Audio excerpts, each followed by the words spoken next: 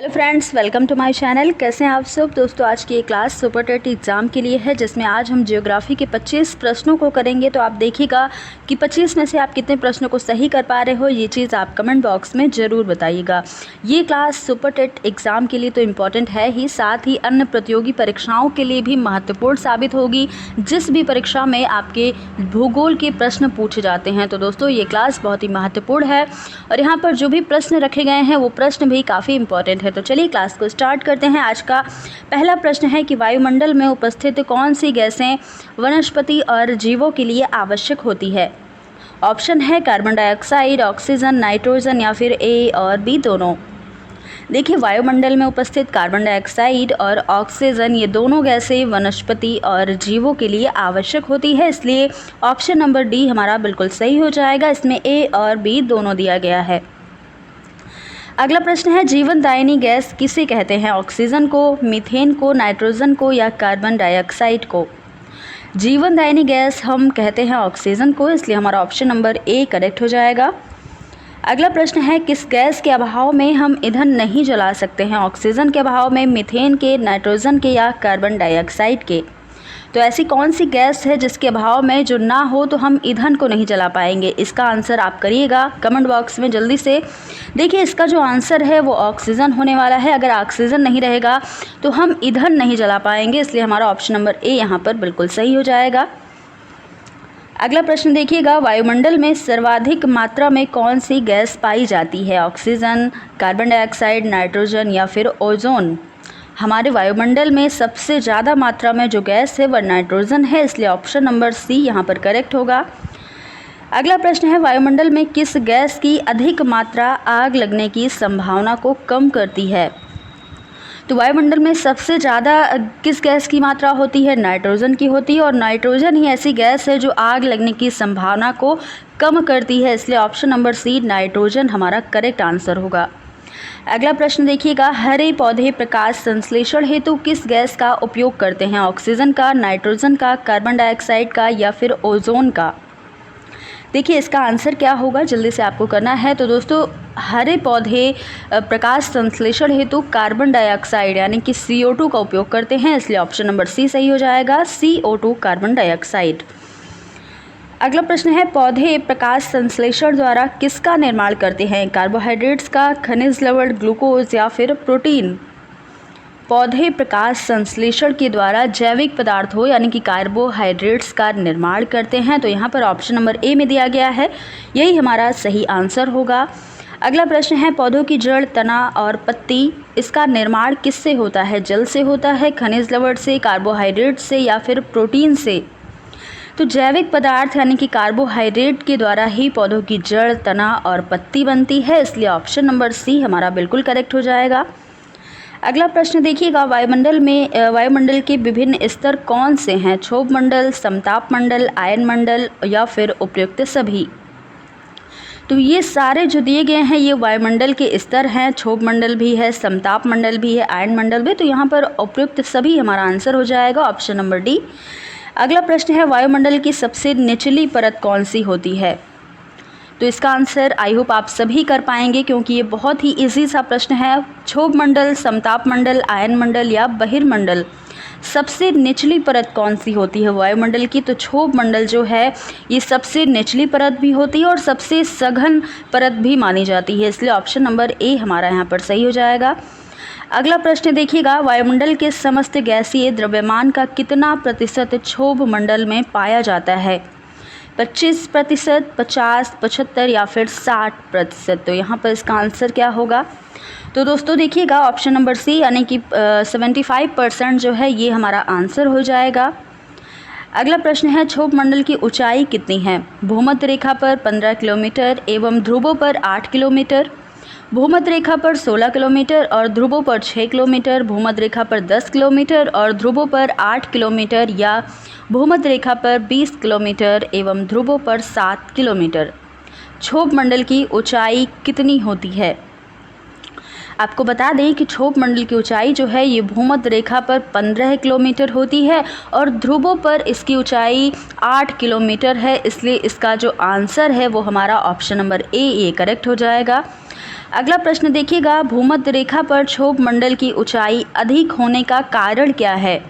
संवहन धाराओं के कारण ऐसा होता है, या पृथ्वी की त्रिज्या के कारण, पृथ्वी के गुरुत्वाकर्षण के कारण, या अधिक मानवीय क्रियाकलापों के कारण ऐसा होता है? तो दोस्तों, भूमध्य रेखा पर क्षोभ मंडल की अधिक ऊंचाई होने का कारण यहाँ चलने वाली संवहन धाराएं होती हैं जो उष्मा को पर्याप्त ऊंचाई तक ले जाती हैं, इसलिए हमारा ऑप्शन नंबर ए करेक्ट हो जाएगा। संवहन धाराओं के ऐसा होता है। अगला प्रश्न देखिएगा, किस मंडल को परिवर्तन मंडल कहा जाता है? समताप मंडल को, आयन मंडल को, बहिर्मंडल को, या क्षोभ मंडल को? क्षोभ मंडल को ही हम परिवर्तन मंडल भी कहते हैं, इसलिए ऑप्शन नंबर डी सही हो जाएगा। तो यहाँ पर आप देखिएगा कि कौन सा ये हमारा जो डी ऑप्शन है यही करेक्ट होगा। अगला प्रश्न है, क्षोभ सीमा कहाँ स्थित है? क्षोभ मंडल की ऊपरी सीमा में, निचली सीमा में, क्षोभ मंडल के बीच में, या मध्य में, या फिर उपर्युक्त में से कोई भी नहीं? तो यहाँ पर क्षोभ सीमा की बात की गई है, यानी कि ट्रोपोपॉज जिसे हम कहते हैं। तो जो ट्रोपोपॉज है ये क्षोभ मंडल के ऊपरी सीमा में स्थित होती है और क्षोभ मंडल व समताप मंडल को अलग करती है, इसलिए ऑप्शन नंबर ए हमारा बिल्कुल करेक्ट हो जाएगा। अगला प्रश्न है, समताप मंडल कितनी ऊंचाई तक स्थित है? सतह से 50 किलोमीटर, क्षोभ मंडल से 50 किलोमीटर, क्षोभ सीमा से 55 किलोमीटर, या उपयुक्त में से कोई भी नहीं? तो इसका क्या आंसर होगा, जल्दी से आप बताइएगा कि इसका आंसर क्या होगा। तो दोस्तों, आपको बता दें कि इसका जो आंसर है ये क्षोभ सीमा से 50 किलोमीटर जो है समताप मंडल की ऊंचाई होती है, इसलिए हमारा ऑप्शन नंबर बी बिल्कुल करेक्ट होगा। अगला प्रश्न है, समताप मंडल को इस नाम से क्यों संबोधित किया गया है? तापमान परिवर्तनशील होता है इसलिए, या तापमान में कोई परिवर्तन नहीं होता है इसलिए, या तापमान में कमी आता है, या उपयुक्त में से कोई भी नहीं? तो दोस्तों, समताप मंडल के निचले भाग में लगभग 20 किलोमीटर की ऊंचाई तक तापमान में कोई भी परिवर्तन नहीं होता है, इसलिए इसे समताप मंडल जो ताप है वो समान रहता है, इसलिए इसे समताप मंडल कहा जाता है। तो ऑप्शन नंबर बी बिल्कुल करेक्ट हो जाएगा। अगला प्रश्न है, सूर्य की पराबैंगनी किरणों को कौन अवशोषित करता है? ओजोन करता है, कार्बन डाइऑक्साइड करता है, आर्गन या नियॉन करता है? तो यहाँ पर हमारा जो आंसर है वो ओजोन हो जाएगा। सूर्य की जो पराबैंगनी किरणें होती हैं इसको अवशोषित करने का कार्य ओजोन गैस करती है, ऑप्शन नंबर ए यहाँ पर करेक्ट है। अगला प्रश्न है, समताप मंडल में मौसमी घटनाएं कम घटित क्यों होती हैं? समताप मंडल की स्थिर दशा के कारण, शुष्क पवन, मंद पवन संचार, या उपयुक्त सभी?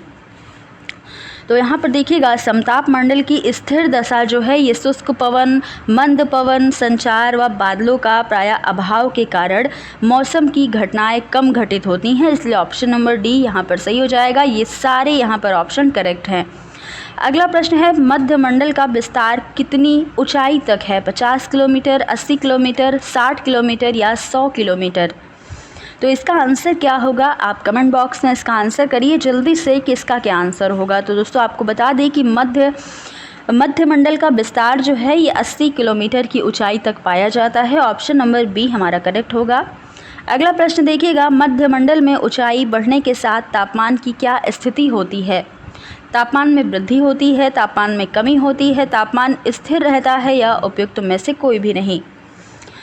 दोस्तों, मध्य मंडल में ऊंचाई के साथ तापमान फिर से गिरने लगता है और लगभग 80 किलोमीटर की ऊंचाई पर -100 डिग्री सेल्सियस हो जाता है इसका तापमान। तो इसलिए हमारा ऑप्शन नंबर बी जो सही है, यहाँ पर तापमान में कमी हो जाती है ऊंचाई बढ़ने के साथ साथ, तो इसलिए आपको यहाँ पर याद रखना है, ऑप्शन नंबर बी करेक्ट हो जाएगा। अगला प्रश्न है कि आयन मंडल की अवस्थिति कहाँ है, यानी कि आयन मंडल कहाँ स्थित है, ये आपको बताना है। मध्य मंडल के ऊपर 100 से 400 किलोमीटर तक, या मध्य मंडल के ऊपर 80 से 400 किलोमीटर तक, या मध्य मंडल के ऊपर 80 से 500 किलोमीटर तक, या फिर मध्य मंडल के ऊपर 80 से 480 किलोमीटर तक? जो मध्य मंडल है इसकी मध्य मंडल की ऊपरी सीमा के ऊपर 80 से 400 किलोमीटर की ऊंचाई तक ही आयन मंडल स्थित होता है, इसलिए ऑप्शन नंबर हमारा बी बिल्कुल करेक्ट हो जाएगा। अगला प्रश्न देखिएगा, आयन मंडल में तापमान की क्या स्थिति होती है? ऑप्शन है ऊंचाई के साथ तापमान में वृद्धि होना, ऊंचाई के साथ तापमान में कमी होना, या ऊंचाई के साथ तापमान में पहले वृद्धि फिर कमी होना, या तापमान स्थिर रहना? तो इसका क्या आंसर होगा जल्दी से आपको बताना है। तो दोस्तों आपको बता दें कि ऊंचाई के साथ तापमान में वृद्धि होना ही यहाँ पर हमारा सही आंसर हो जाएगा, यानी कि ऑप्शन नंबर ए बिल्कुल करेक्ट हो जाएगा।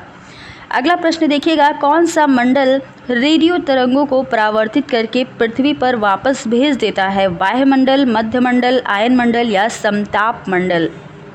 देखिए, आयन मंडल पृथ्वी से प्रेषित रेडियो तरंगों को परावर्तित करके फिर से पृथ्वी पर इसे भेज देता है, जिससे रेडियो प्रसारण में हमें सहायता मिलती है। तो यहाँ पर ऑप्शन नंबर सी आयन मंडल बिल्कुल सही हो जाएगा।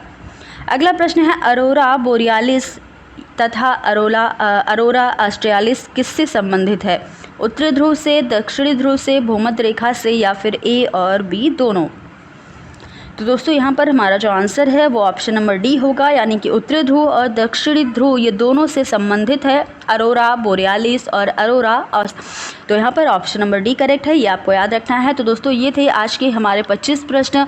कैसे थे प्रश्न बताइएगा, और कितने आप सही कर पाए हो ये चीज़ भी आपको बतानी है। तो दोस्तों अगर आपको वीडियो पसंद आई, आपको प्रश्न अच्छे लगे हों, तो दोस्तों वीडियो को ज़्यादा से ज़्यादा लाइक शेयर कर दीजिएगा, और चैनल को सब्सक्राइब ना किया हो तो प्लीज़ कर लीजिएगा। तो फिर मिलेंगे अगली क्लास में ऐसे ही कुछ अच्छे प्रश्नों के साथ। आप बने रहिएगा क्लास में। धन्यवाद, फिर से मिलेंगे।